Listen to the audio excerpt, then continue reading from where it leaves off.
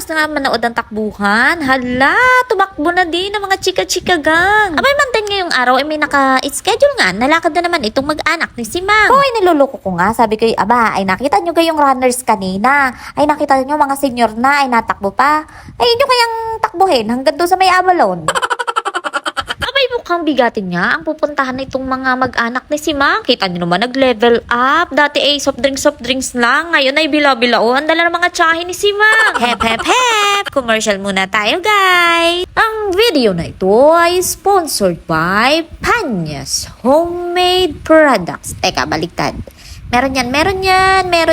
Ayan, Panyas Homemade Products. Oh, hindi ho ari libre, ari ho may bayad. Kung gusto nyo ho na ay umorder na lang kayo doon. Ay sabihin nyo na lang ho na kayo bigyan ng discount at kay follower ko. Cherries! Halay ganun ho talaga ang eksena mga ginigiliw kong manonood. Tuwihong birthday ha, na ring magkakapatid na mga marites na are. Ay yan ho'y nakagawian na nila na tuwing birthday ng kanilang kapatid ay magdadala sila ng mga bila-bila. Oh, ay talaga naman ho'y kahit hindi na maghanda ang may birthday ay kumpletos ricados na. Ay sadya naman hong nakakatuwa ay kahit minsan ho ay pag nagsunod-sunod ang may birthday ay talaga naman hong masakit din sa bulsa. Ay di ka rin ho, ari ho ang may birthday, ari ho ay si Kumaring Inga. Ari ho sa magkakapatid, ari ho ang may pinakamahinang boses. Aba, ay kita nyo naman walang kaebidensya at ang litid, walang kapatid-patid. Alipahiti mo na ang kanin sa bibig. Eh talaga naman, nachika na agad hindi pa tapos atang kumain eh. Oh, eh ano ka ngayon? Kumaring Inga, iki maghahanda-handa, kita mo kaliit ang iyong lamesa. Ikaw, hindi magkaintindihan kung saan ipapatong ang mga bilaang are. Ay siya, balik yan doon sa sasakyan. At ating iuwi na lamang. Oh, mga marites ay talaga namang parang mga gutom na gutom. Abay parang nang nakalimutan ng bumati sa may birthday. Diretso na din ni si Hayen. Aba naman hoy, wala naman ng pinagagawa ring mga ari kanina kundi manood lang ng marathon. Oh, pagkakaroon namang pandamong saka na ay siya.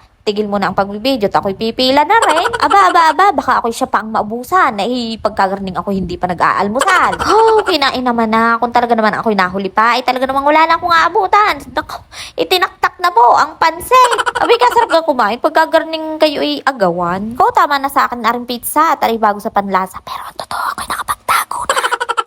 At nang nabusog na nga mga tiyahin ni si Mang, yun na nga ang sinasabi, umpisa na ng chismisan. Bulong-bulong pa, kinig ko naman na sinasabi. Sabi, upos na ang pansit. Oh, ay alalahanin ninyong sa mga oras na ito, kayo ay may pangnawa, may pandinig. Kaya wala kayong may dadahilan sa harap ng Diyos na Panginoon, wala naman po akong Ikaw kaya naman pala nanahimik ang mga chika-chika gang. Aba nga, abay parang kababait. Abay, kakapanibago sa paningin. Alay, iniwan ko muna ako sandali doon sa loob ang aking mga tiyahin. At alam na alam ko naman pag uwi namin, nakaw! Ayun mga sinabi doon ng pastor, ayun huy, ulit-ulitin pa nung mga yun sa akin. Ay, naku, talaga naman naring ulang are. Ay, talaga namang hindi marunong makisama. Aba, ay bumuhos na nga ng bonggang-bongga. Sinamahan pa nga ng malakas na kulog at kidlat. Kaw, mga tiyahin ko, magsisi na kayo.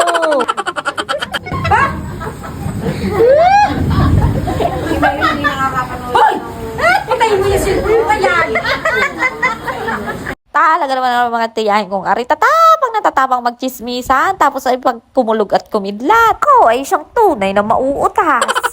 May isa pa ho akong chika sa mga are. Bukod sa mga are takot sa kulog at kidlat, ay ho'y takot na takot sa ipis. Ay gusto nyo gahong iprank ko aring mga are nang malaman natin kung saan takot. Sa kulog at sa kidlat o sa isang bilaong ipis.